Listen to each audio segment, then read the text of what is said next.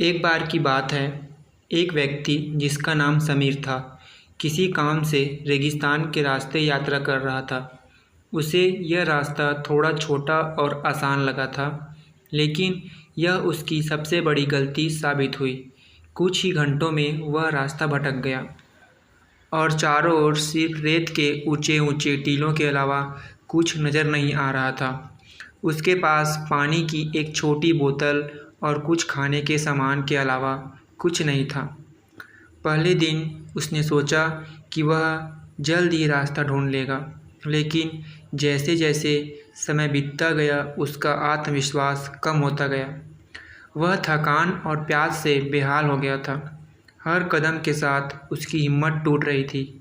वह सोचने लगा, शायद अब बच पाना मुमकिन नहीं है। कई बार वह बैठकर रुक जाता और सोचता, शायद अब मैं नहीं चल पाऊँगा। इसी दौरान उसकी नज़र एक दूर रेत के टीले के पास एक मटमैली सी झोपड़ी पर पड़ी। उसे ऐसा लगा जैसे यह उसकी आखिरी उम्मीद हो। हिम्मत जुटाकर वह झोपड़ी की ओर बढ़ा। जब वह वहां पहुंचा तो झोपड़ी के बाहर एक बूढ़ा व्यक्ति पानी पी रहा था। समीर ने प्यास से तड़पते हुए कहा, बाबा प्लीज़ मुझे पानी दे दीजिए, मैं बहुत परेशान हूँ और भटक गया हूँ।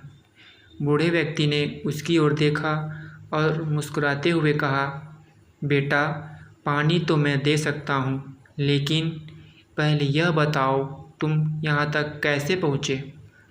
समीर ने हताशा में कहा, मैं बस भटक गया था, सही रास्ता नहीं मिला और यहाँ आ पहुँचा।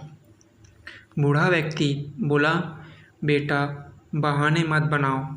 जब तुम रेगिस्तान में आए थे तब तुम्हें पता था कि रास्ता कठिन है, लेकिन तुमने तैयारी नहीं की, नक्शा नहीं देखा और अब यहाँ पहुँच गए।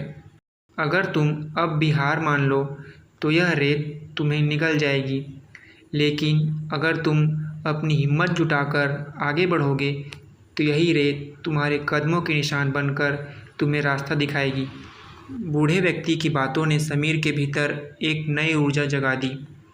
उसने बूढ़े से थोड़ा पानी लिया और उसकी सलाह को ध्यान में रखते हुए फिर से रास्ता तलाशना शुरू किया।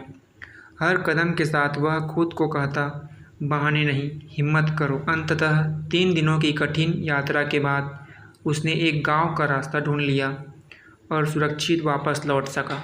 इस अनुभव ने समीर को सिखाया कि चाहे परिस्थितियां कितनी भी कठिन क्यों न हो, बहानों की जगह अगर हम हिम्मत और कोशिश करें तो किसी भी मुश्किलों को पार कर सकते हैं।